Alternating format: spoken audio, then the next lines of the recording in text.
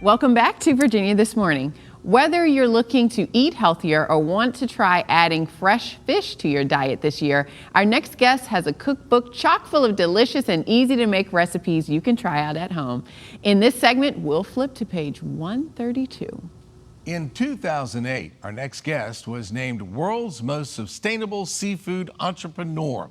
He's also the co-founder of the sustainable seafood brand Sea Tales, which is available in grocery store. He's proud of his latest project, a new cookbook, Veggies and Fish, and we're delighted to have him make his debut on Virginia This Morning to make one of his signature dishes from the book.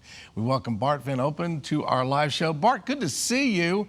I don't know if I've ever met anybody that was the world's anything. So, so to have the world's it was a long time name. ago, but I felt quite proud about it. It was a long time ago, but yeah, no, true. It's sustainability. I mean, fish is the only thing we still capture massively out of the wild, so we need to take care. So sustainability in fish is an important topic. Well, it's more the serious topic part of it, but well, cooking is the most fun to do. Yeah, so thank you for having me, Bill.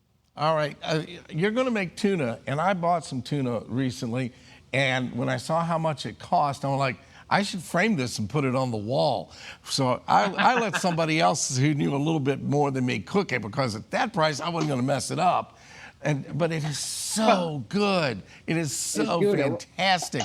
And you're one of the best in the world at making it. So let's get started. What are you going to make for us today? Let's get started. I'm going to make you a pasta with, you could say like it's more the rustic version of the famous puttanesca. So it's not all combined and finely sliced. It's rustic. It's the rustic version. So I've got some shallots and chili, which I'm simmering right now. I already started just before we went live. I've de-seeded the chili because I want to have this sauce a bit smooth, but if you like to have it spicy and hot, just leave the seeds in. So have the shallots caramelize like an onion would? Is it kind of the same thing? Yeah, so make sure you don't caramelize. Well, caramelize is a bit too far. You just want to soften them. You want to simmer them, right? So it gives this beautiful flavor to the chili. So it really infuses together. So I've just added a bit of the garlic, which was the next step. And now we go to anchovies. I love anchovies. And some people might be scared of it because these little tiny fillets, fish fillets, well, it looks like it. It smells salty. What happens actually, when I add it here into the pan, it melts away and it creates this, well, the base of the sauce, this really richness of the sauce, the richness of the flavor we are going to create is because of the anchovies. So that's actually the first fish hero. My book, Veggies and Fish, it's my 10th book, and during my trips traveling the world in the search for sustainable fishing communities, I've always cooked using fish as the base of the recipe. But now in this book, I changed it around. So it's more like a, well, plant-based cookbook where I add fish to it. So that's the first step, is the anchovies right here. I add a bit of capers now. It smells so good. You've got anchovies and capers in there, and that's going to be a real salty. It's the capers. No, it's not the. Yeah, it's a good question. So the capers I'm using is these are jarred in vinegar, right? So these are not the salty ones. I've just deglazed the sauce with a bit of white wine, and now I use a bit of red wine vinegar. Why? Because this will balance the sauce. It will. Well, we have this tomatoes, which I will add to the sauce right now.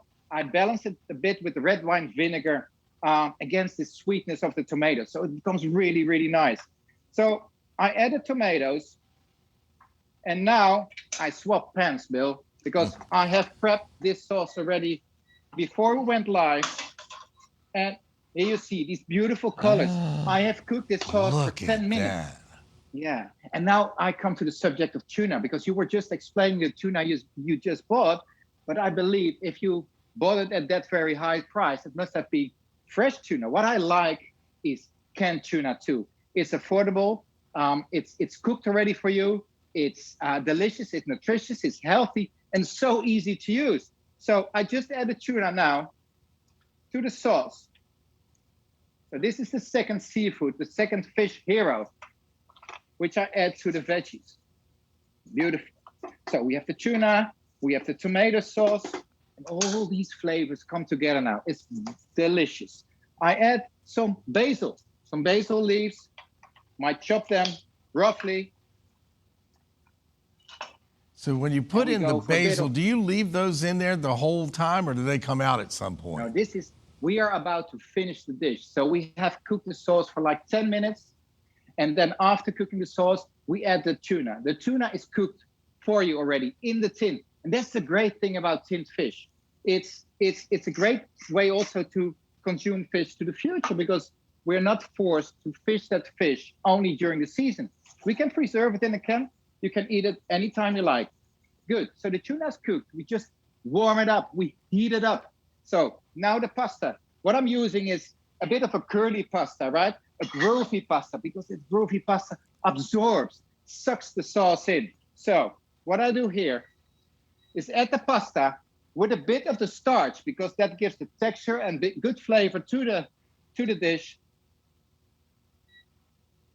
I give it a toss. Wow. Together with the basil, a bit of black pepper. Here we go. And to finish it off, the finishing touch, a splash of olive oil. Here we go, Bill. That Gnocchetti. I bet. And well, I would say puttanesca my way. That whole pan there, I could eat myself. So you got to make some for somebody else, Bart. That was really good. And, you know, I was talking about tuna steaks at the beginning. This is obviously makes a lot more sense for me and my budget, and for a lot of people as well. More affordable. Yeah. And if you buy tuna, that's more also the serious part. That's where we started with, traveling the world. I was this sustainable seafood entrepreneur, or won that prize. Look out for the MSC logo. So it should be MSC certified. And the tuna needs to be caught by pole and line, not only from a marine biological point of view, but also in this way, we support local communities. Fantastic. So that was, again, the serious part. Now we're going to enjoy this dish, Bill. Bart, I'll tell you what, if you ever come to Richmond, I got a kitchen you could come stay in. I would love so.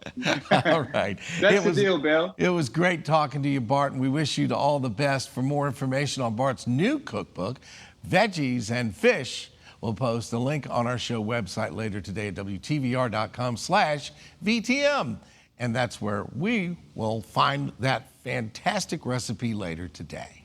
Well, Jess, tuna and tomato is a really interesting pairing, but as you can see, veggies and fish are perfect for each other and good for you too. So, your all-time favorite seafood dish? Well, I mentioned salmon at the beginning of the show. Is a good go-to, you know.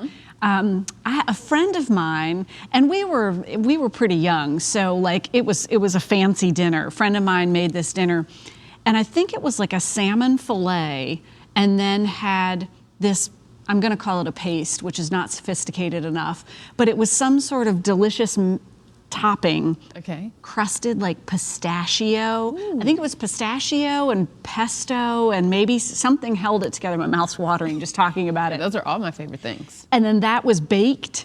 Yeah.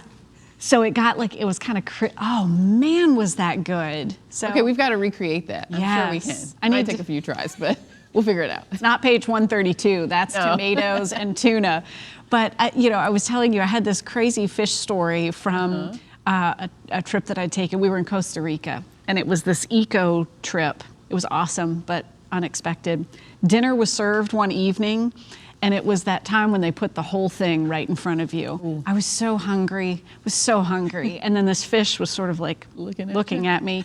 And that's when I learned there's this technique where you do some little cut it's prepared, and then you can like lift the thing out, and then you're left with this glorious fish. So when you're hungry, you can go right to it. But man, it was a moment to remember. He was looking at Did you know that it was going to be served that way? No.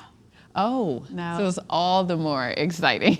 It's that, I think we've all had that whole fish dining experience. See, I've always been afraid of that moment. I've not had it yet, but now. Once we got there, and once I learned what to do, now I feel unstoppable. There you go. Yes. No stopping me now. No. Once I peel it back. Once I peel it back, I've had it. I was not hungry anymore. Delicious recipes. We appreciate Bart sharing those with us. Please stay tuned. There's still much more Virginia This Morning to enjoy coming up, including Everywhere You Are. So we'll see you right here on the other side of this quick break.